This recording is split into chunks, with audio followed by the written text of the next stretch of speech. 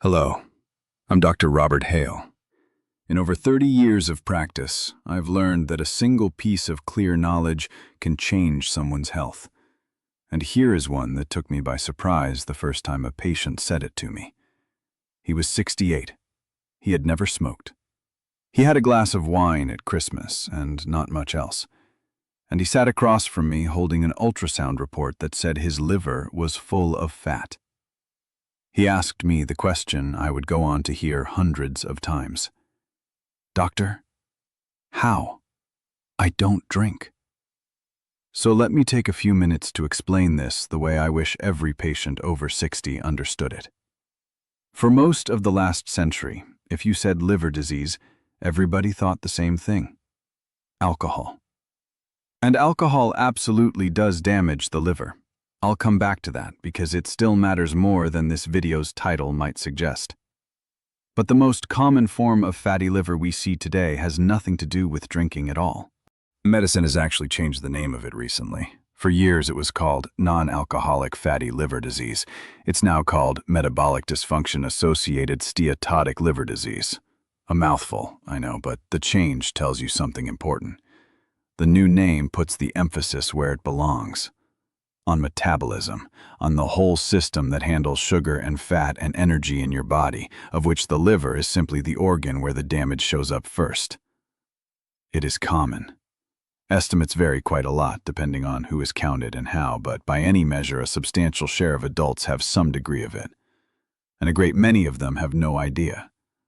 So let me explain what your liver is actually doing, because I think most people picture it as a filter. It's far more than that. Your liver is the largest processing plant in your body. Every hour of every day, it is sorting what arrives from your digestive system, deciding what to store, what to convert, what to send onward, what to break down. It makes bile. It helps hold your blood sugar steady between meals. It handles fats. It processes almost every medication you take. And here is the thing about it that matters most for this conversation. It doesn't complain. A troubled stomach hurts. An infection gives you a fever. High blood pressure eventually announces itself. But the tissue of the liver itself has no pain nerves at all.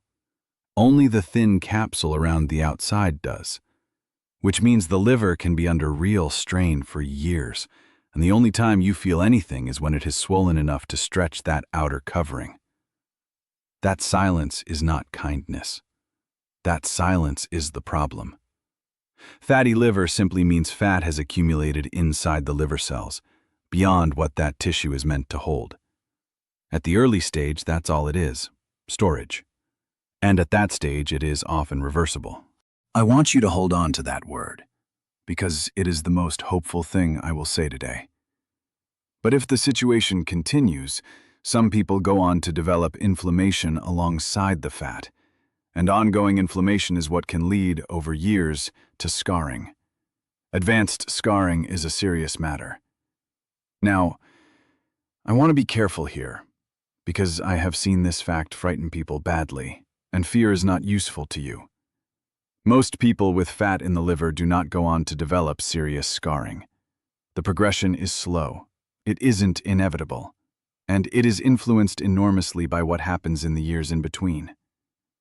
And there's something else worth knowing, which I think reframes this whole subject sensibly. For most people with fatty liver, the greater risk over a lifetime isn't liver failure at all. It's the heart. Because the same metabolic trouble that puts fat in your liver is doing things elsewhere in your body at the same time.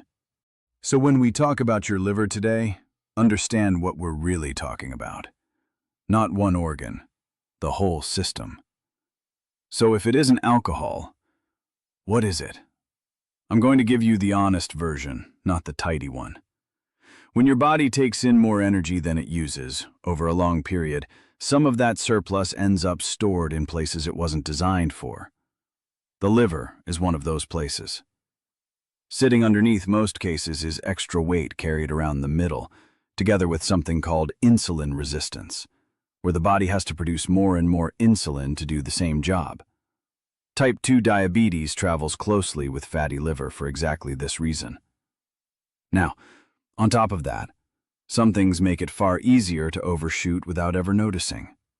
And this is where I do want to single one thing out. Sugary drinks, soda, sweet tea, sweetened coffee drinks, fruit juice, yes, including the ones that say 100% juice. Sports drinks, the large flavored coffees that have become a daily habit for a great many people. There are two reasons I flag these above everything else. The first is that liquid calories are remarkably easy to consume without feeling that you've eaten anything. A can of regular soda carries something on the order of 9 or 10 teaspoons of sugar. If you sat down and ate 10 teaspoons of sugar off a spoon, you would notice. Drink it cold over ice on a warm afternoon, and you will not. The second is that the type of sugar in these drinks is handled largely by the liver itself. When it arrives in large amounts, quickly and repeatedly, more of it gets converted into fat right there in the liver. I'm not telling you that sugar is poison. It isn't. What I'm telling you is that of all the things on a modern table, sweetened drinks are the easiest way to hand your liver a job it didn't need. Every single day, for years, without ever feeling like you were eating much at all. Two more worth knowing about. Highly refined starches.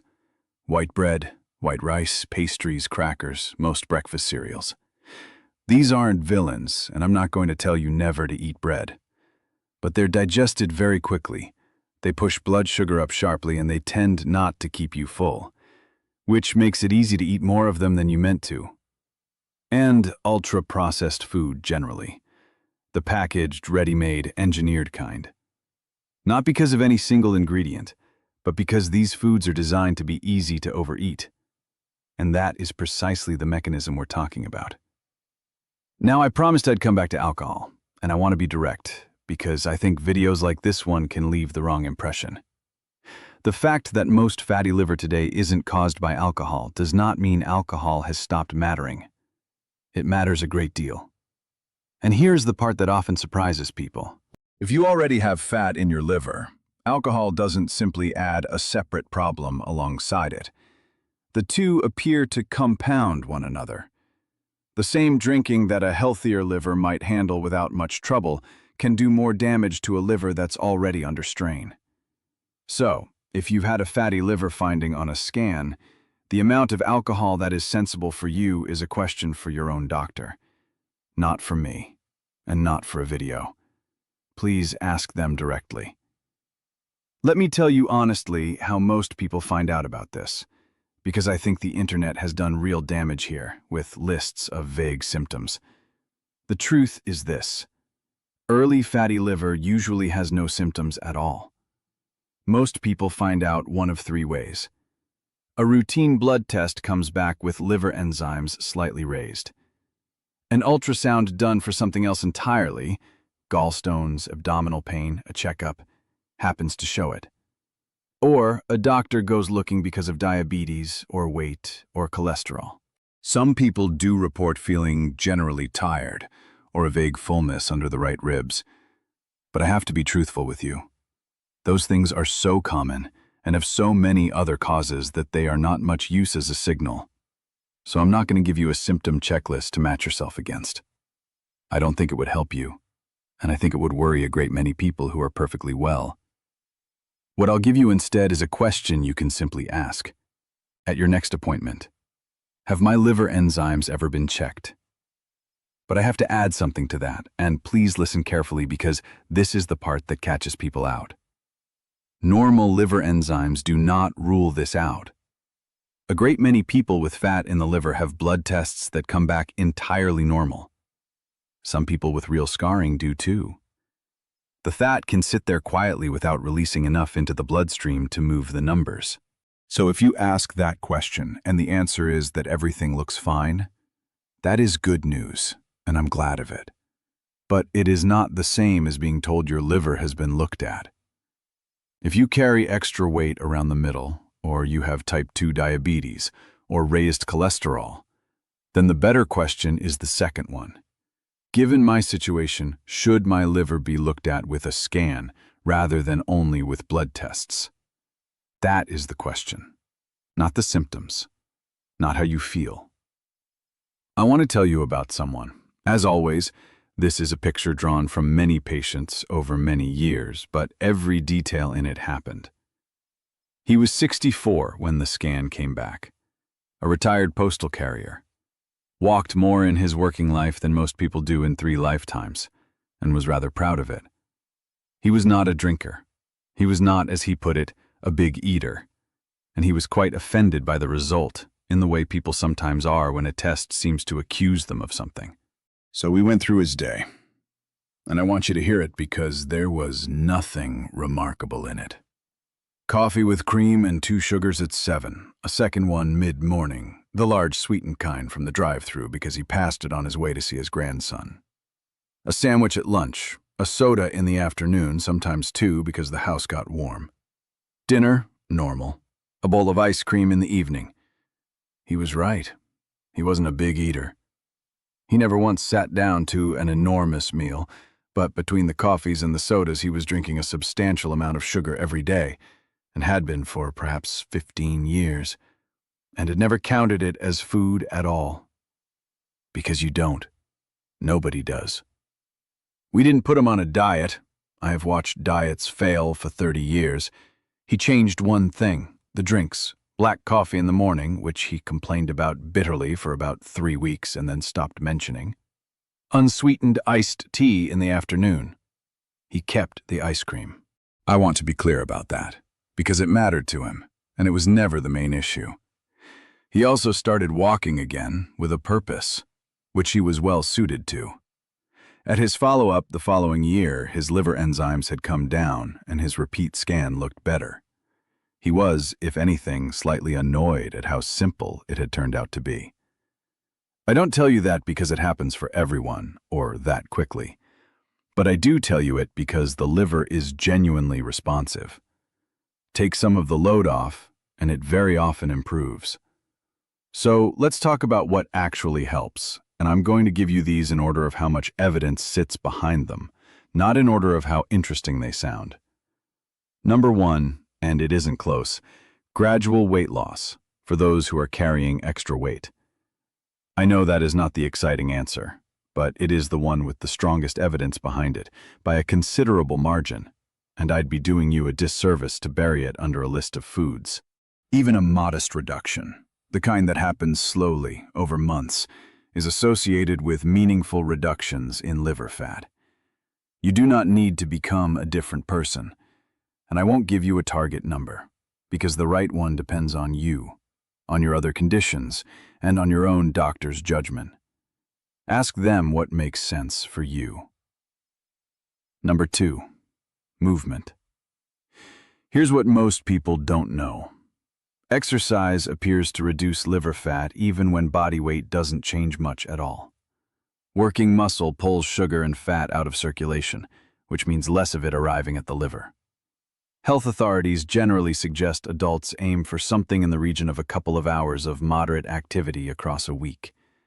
Brisk walking counts, gardening counts, cycling counts. But if that sounds like a lot from where you're standing, please hear this instead. The largest benefit in all the data is between doing nothing and doing something. Start there, now. The foods. And I'm going to start with the one that surprises everyone. Coffee. This is one of the more consistent findings in liver research, and almost nobody knows it. Across a great many studies in different countries, regular coffee drinkers show lower rates of liver scarring and better liver outcomes than people who don't drink it. The effect appears to be dose-related, and it appears to hold for caffeinated coffee in particular. We don't fully understand why. I'd rather tell you that honestly than invent an explanation. But here is the practical part, and it's important. This is about coffee, not about what people put in it. The large, sweetened coffee drink with syrup and whipped cream is a dessert with coffee in it, and it belongs in the earlier section of this video, not this one. Black coffee, or with a little milk. That is the version the research is describing. I'm not telling anyone to start drinking coffee. If it keeps you awake, or upsets your stomach, or your doctor has advised against it, that stands. But if you already drink it, you may take some quiet satisfaction in this. Number 2, fatty fish. Salmon, mackerel, sardines, herring. 2 things here: good protein, which supports working muscle, and omega-3 fats, which are involved in how the body handles fat and inflammation. The evidence on omega-3 specifically for liver fat is promising rather than settled, and I won't oversell it. But fish is a sound food regardless.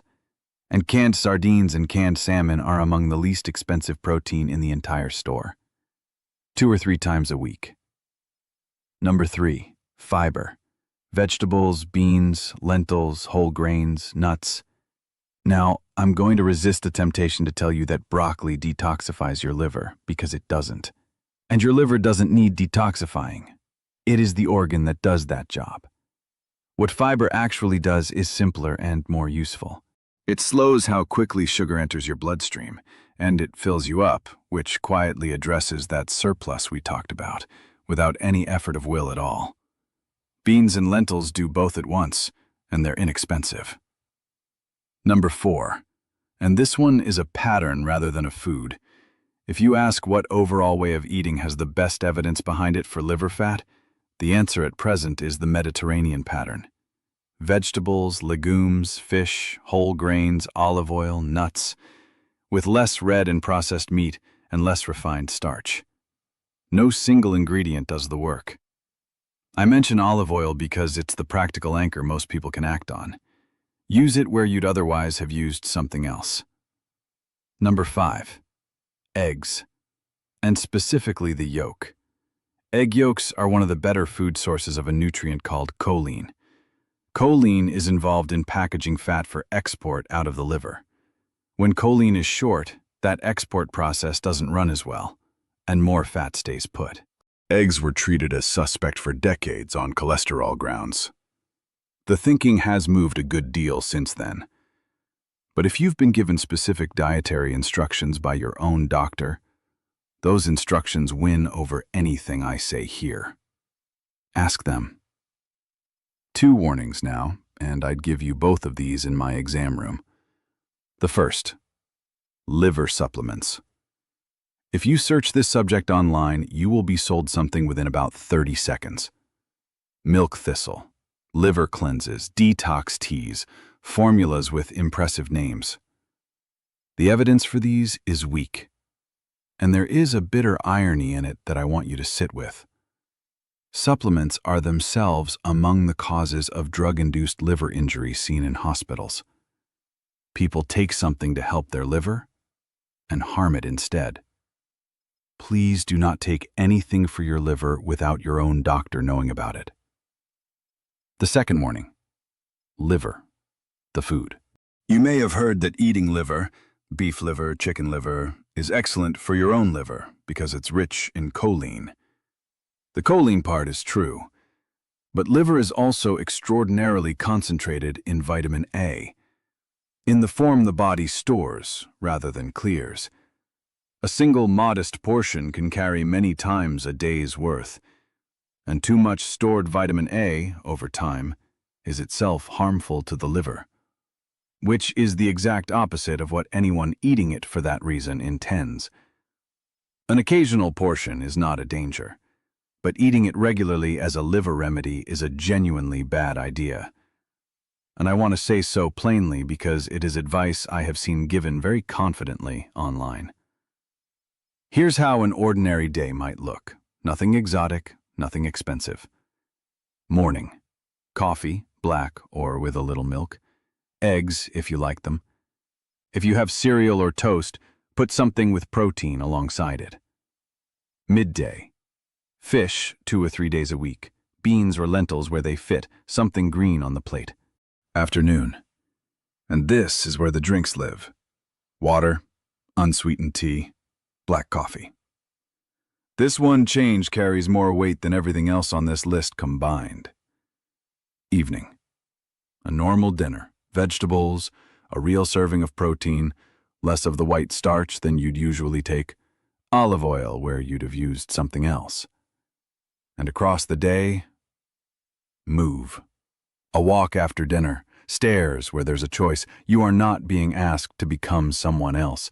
You're being asked to take some load off an organ that has been carrying it quietly for a very long time. Let me put the whole picture together. Weight, gradually if you're carrying extra. Movement, even if the scale barely moves. Coffee, black. Fatty fish 2 or 3 times a week. Fiber, at every meal you can manage it. Olive oil where you'd have used something else. And the yolk of the egg. Not one of these is a drug. Not one of these is expensive. And the single largest one is something you stop drinking, not something you start eating. Now, some practical questions worth taking to your next appointment. Write these down if it helps. Have my liver enzymes ever been checked? Given my situation, should my liver be looked at with a scan and not only with blood tests? Do I need any further assessment of my liver? Is my alcohol intake sensible for my situation? And do any of my current medications affect my liver? That last one matters more than people realize, and it is a conversation, not a decision you make on your own. Never stop or adjust a prescription by yourself. A great many medications are perfectly appropriate for people with fatty liver, and stopping something important is a far larger risk than the one you'd be trying to avoid. And some things that shouldn't wait for a routine appointment. Yellowing of the skin or of the whites of the eyes. New swelling of the abdomen or of the legs. Confusion or unusual drowsiness that isn't like you. Severe pain in the upper right of your abdomen, and 2 that mean hospital, not an appointment. Vomiting blood, or black tarry stools, those are emergencies. These are not signs of early fatty liver. I want to be very clear about that, so that nobody watching goes to bed frightened tonight. They are signs of more advanced liver problems, and they need attention promptly rather than eventually. Let me leave you with the honest version of all this. Your liver is one of the few organs in the body with a real capacity to recover. It is not like a joint that wears down and stays worn. Take some of the burden off it consistently and it very often improves, and that shows up on the tests. Over all my years in practice, the patients who did best with this were almost never the ones who overhauled their entire lives. They were the ones who found the single habit that was doing the most damage. And for a great many of them, it turned out to be something they were drinking, not something they were eating. And simply changed that one thing, and didn't go back. One habit, not 10. Look after yourself, and remember this is general education, not personal medical advice. Always talk to your own doctor about your specific situation. I'm Dr. Hale. Take care, and I'll see you next time.